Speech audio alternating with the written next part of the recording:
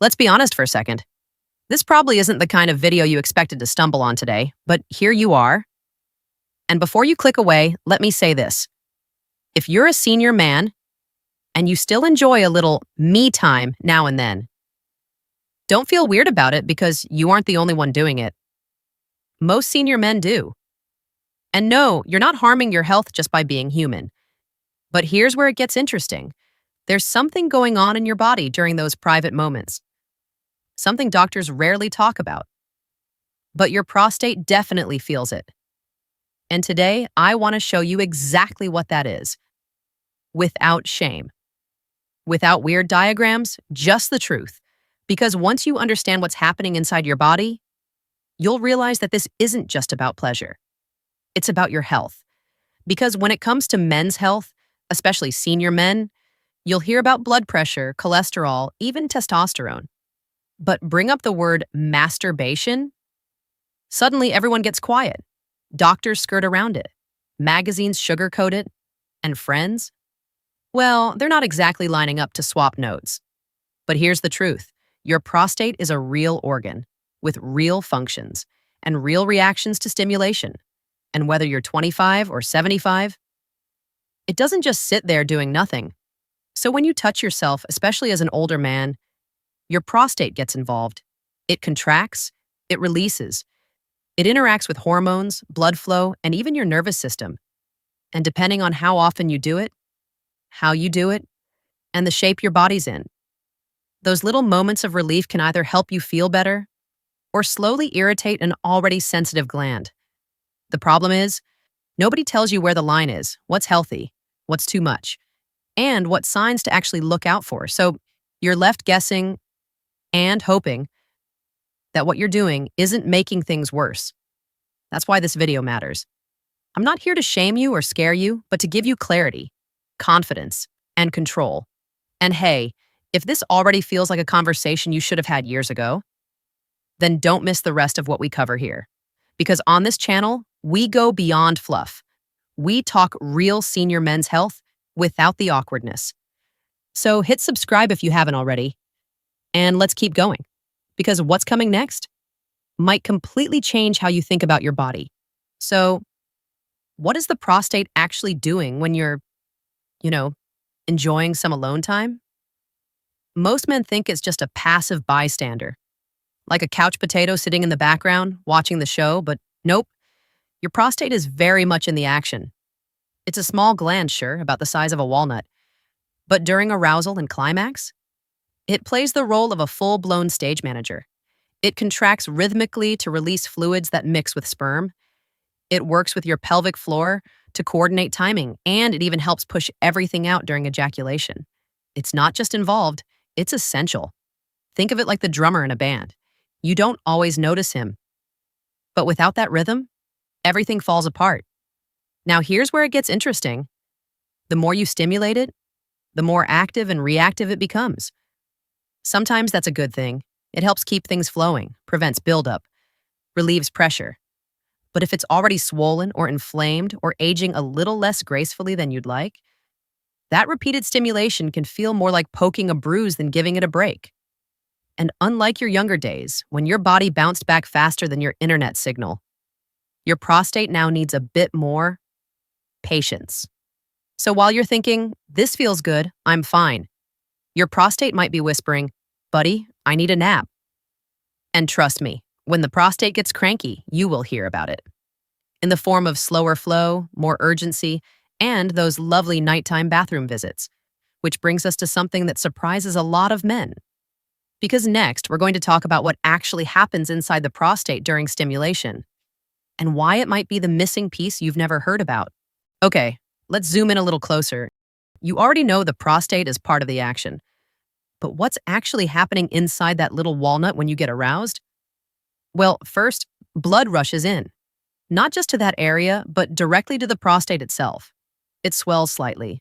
The surrounding muscles tighten, and your nervous system starts firing like a symphony warming up before the big show. Now, here's where it gets technical, but stay with me. That buildup of tension, it's what leads to ejaculation. And guess who's coordinating the grand finale? Yep, your prostate. working with the seminal vesicles, the vas deferens, the pelvic floor. It's a team sport, and your prostate is the quarterback. But what happens when this stimulation becomes too frequent, or the prostate's already enlarged? It stops feeling like a celebration and starts feeling like overwork. Picture a rubber band being stretched again and again. Eventually, it doesn't snap back quite the same way. Repeated stimulation, especially without full recovery, can lead to chronic congestion inside the gland, increased inflammation, pressure on the bladder, disruption in urinary flow. And here's the kicker. Most of this happens without pain, so men assume everything's fine, until suddenly they're waking up 3 times a night, feeling off, or noticing a slower stream in the bathroom. This isn't about fear, it's about awareness. Because once you understand what your body's doing, you can work with it, not against it. And trust me, your prostate will thank you. Now, to really drive this home, I want to share a quick story. It's a real-life example of a man who had no idea how his daily routine was messing with his prostate. His name is Bill. He's 68, retired electrician, lives in Sarasota, Florida. Grumbles through the mornings, softens up by noon. Divorced, no kids at home, lives in a quiet cul-de-sac, and plays golf with the same 3 guys every Tuesday and Thursday. Oh, and he's got a borderline romantic relationship with his Keurig. That little machine probably hears more thank yous than his ex-wife ever did. Now, Bill's not the type to talk openly about health stuff, especially not the kind that involves, well, the Southern Department. But a few months ago, he started noticing something wasn't quite right. Bathroom trips at night were becoming more frequent. Pressure felt different. And let's just say, the old soldier wasn't standing at attention like it used to. So he did what most men do. Ignored it for a while, blamed it on age, maybe even the weather. But eventually he went in for a checkup. That's when his doctor asked a question that caught him off guard. How often are you stimulating yourself? Bill blinked. What's that got to do with anything? Turns out quite a bit. Because while his PSA levels were still technically normal, his prostate was showing signs of chronic irritation. Nothing dangerous yet, but enough to raise a flag. And when they looked at his habits, a pattern emerged. Bill's daily relaxation routine, some alone time before his afternoon nap, wasn't the problem itself, but it was the how. Too frequent. No rest, no recovery. And his lifestyle? Too much coffee. Not enough water. Long hours sitting. Little movement. And a complete lack of awareness about how all those things tie back to the gland that decides whether you sleep soundly or wake up 4 times a night. Bill walked out of that appointment with a new perspective. Not shame, not fear, just awareness. And with a few small tweaks, fewer nighttime interruptions, stronger flow, and yes, better performance. Not from magic pills, but from treating his body with a little more intention. Now, here's where most doctors drop the ball. They'll tell you your prostate is enlarged, maybe even prescribe a pill. But what they won't explain is how your lifestyle might be fueling that enlargement like gasoline on a fire. See, your prostate isn't passive. It's reactive. To hormones, to stress, even to how you eat, move, and stimulate yourself. You ever rev an engine nonstop without letting it cool? It overheats. That's what happens when men go through cycles of high stimulation. No rest, poor sleep, processed food, and just enough water to keep a houseplant alive. The result? Low-grade chronic inflammation, which for the prostate is like a slow, silent swelling that rarely gets addressed. And here's where it gets more interesting. Even if your PSA levels look normal, even if your doctor says, we'll just monitor it for now, that doesn't mean everything's fine. It could mean you're living in a way that's slowly tightening the noose. Caffeine, it's not just a bathroom trigger, it's a vascular irritant. Long hours sitting. That's pressure on your pelvic floor, all day long. Frequent solo sessions without hydration, movement, or rest. That's like sending a warning signal your prostate can't ignore. But no one says this. No one tells you how your daily inputs are shaping the discomfort you feel. And most men are left thinking it's just part of getting older. But it's not. It's part of not being informed. All right, deep breath, because this is the part most men wait for. What do I do about it? Do I have to stop? Completely? Swear off every pleasure? Live like a monk? Absolutely not. You're not being punished for being a man. You're just being handed the manual no one ever gave you. And the first thing that manual says, balance beats extremes. Pleasure itself isn't the enemy. It's the lack of recovery, the poor timing, and the blind spots around it. So here's how to stay in control without quitting cold turkey or living in fear. Hydrate, like clockwork.